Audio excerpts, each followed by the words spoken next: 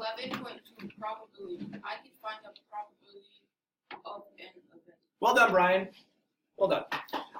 Sample space, guys. A sample space is just like an outcome. It names all of the possible events.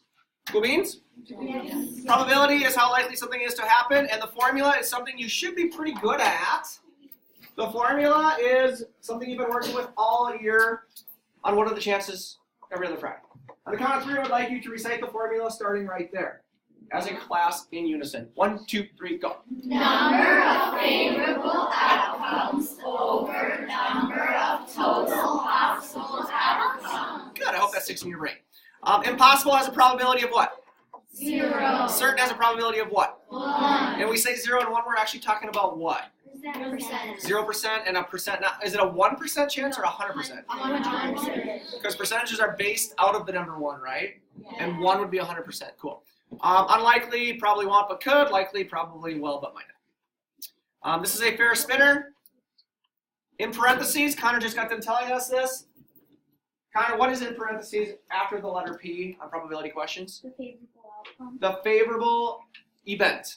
The thing you're looking for, right? So we're looking to see what is the probability of getting a 1 on this fair spinner. And it's obviously what, you guys?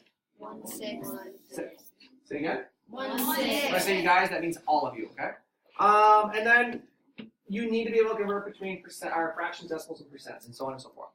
This is a very common question that I've seen. Probability of not getting a 1, so you have to think, okay, not a 1, but everything else, right? And then greater than and less than problems, we've talked about those in the first couple lessons of probability.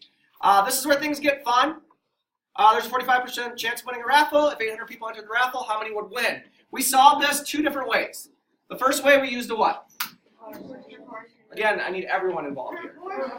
So the first way we used a proportion. The second way we just used an equation based on what we read in our problem.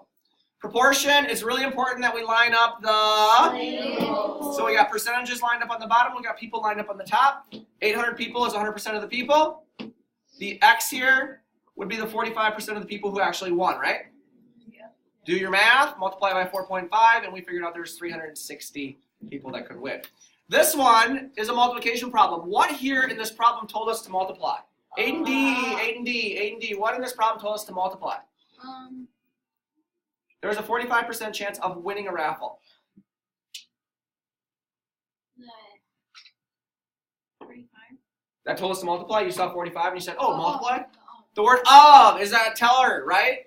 It's a key that we need to be multiplying. I need you guys' attention up here. Aiden, sit up, please, in your desk. Cool. Plus 45% of 800.